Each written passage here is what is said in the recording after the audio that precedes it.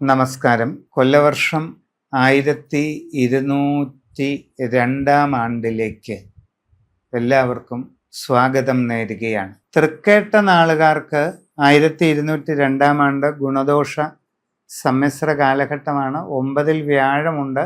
രാഹുവും ശനിയും അത്ര അനുകൂലമൊന്നുമല്ല. പല കാര്യങ്ങളിലും തടസ്സങ്ങൾ ഉണ്ടാകാം. മനസ്സിൽ വിചാരിക്കുന്നത് പോലെ എല്ലാം പെട്ടെന്ന് നടക്കണമെന്നില്ല. അപ്രതീക്ഷിതമായി പല കാര്യങ്ങളിലും തടസ്സങ്ങൾ വരാം. വലിയ കാര്യങ്ങൾക്ക് ഇറങ്ങിത്തിരിക്കുമ്പോൾ ശ്രദ്ധിക്കണം. പുതിയ ജോലിക്ക് ശ്രമിച്ചാൽ അധികം വൈകാതെ കിട്ടും. നിങ്ങൾ ആഗ്രഹിക്കുന്നത് പോലെ ന്യായമായ ജോലി തന്നെ കിട്ടാനുള്ള സാധ്യതയുമുണ്ട്. നിങ്ങളുടെ കർമ്മരംഗത്ത് നല്ല മാറ്റങ്ങൾ ഉണ്ടാകാവുന്ന സാധ്യത കാണുന്നുണ്ട്. പ്രധാന കാര്യം, വിവിധ മേഖലകളിൽ സ്വന്തമായി തൊഴിലുകൾ ചെയ്യുന്നവർക്ക് ഒട്ടേറെ ഗുണങ്ങൾ ലഭിക്കും. സാമ്പത്തിക നേട്ടങ്ങൾ, പുരോഗതി, കാര്യവിജയം ഇതൊക്കെ വന്നേക്കാം. നിങ്ങളുടെ പ്രവർത്തന മേഖലയെ കൂടുതൽ വിപുലീകരിക്കുന്നതിനും അതിലൂടെ കൂടുതൽ വരുമാനം നേടിയെടുക്കുന്നതിനും നിങ്ങൾക്ക് സാധിക്കും. സ്വയം തൊഴിൽ ചെയ്യുന്നവർക്ക് ഗുണകരമായിട്ടുള്ള സാഹചര്യമാണ് പൊതുവെ.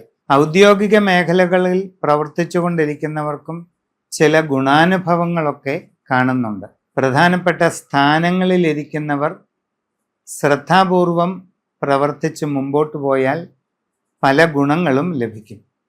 ഉന്നതമായ പൊസിഷനുകളിൽ സ്ഥിതി ചെയ്യുന്നവരും എല്ലാ സാഹചര്യങ്ങളും ശ്രദ്ധിച്ച് നിരീക്ഷിച്ച് പഠിച്ച് ചില തീരുമാനങ്ങളൊക്കെ എടുത്താൽ അത് ഭാവിയിൽ നിങ്ങൾക്ക് വളരെ ഗുണകരമാകാനുള്ള സാധ്യത ഈ സമയത്തിൽ കാണുന്നുണ്ട്. കച്ചവടക്കാർക്ക് വളരെ നേട്ടങ്ങൾ ഉണ്ടാകും. സാമ്പത്തിക പുരോഗതി, അഭിവൃദ്ധി, നിങ്ങളുടെ കച്ചവടം കൂടുതൽ വികസിപ്പിക്കാൻ കഴിയും.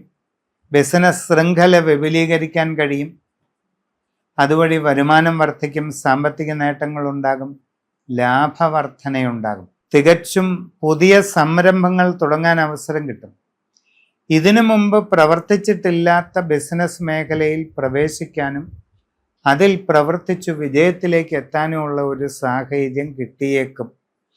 ശ്രദ്ധയോടെ ഉപയോഗിക്കുക. കലാകായിക രംഗത്തുള്ളവർക്കും പല ഗുണങ്ങളും ഉണ്ടാകുന്നതാണ്.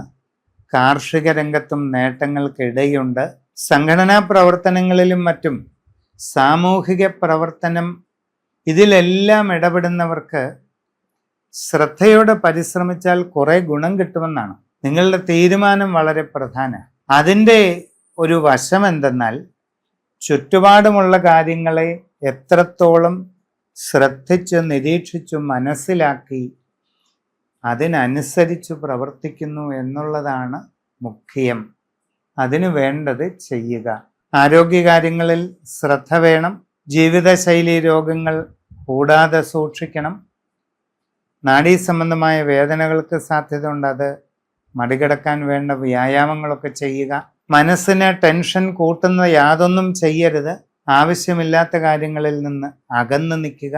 യോഗയും മെഡിറ്റേഷനും ഒക്കെ ശീലിക്കുന്നത് നന്നായിരിക്കും. കുടുംബക്കാവുകളും ക്ഷേത്രങ്ങളും ഒക്കെ പരിപാലിക്കുന്നവർ വേണ്ട ദൈവാധീനമൊക്കെ ചിന്തിച്ച് സമഗ്രമായ രാശിചിന്തയിലൂടെ ഉത്തമമായ പരിഹാരം കണ്ടെത്തി അനുഷ്ഠിച്ച് മുമ്പോട്ട് പോയാൽ എല്ലാ വിജയവും ലഭിക്കും.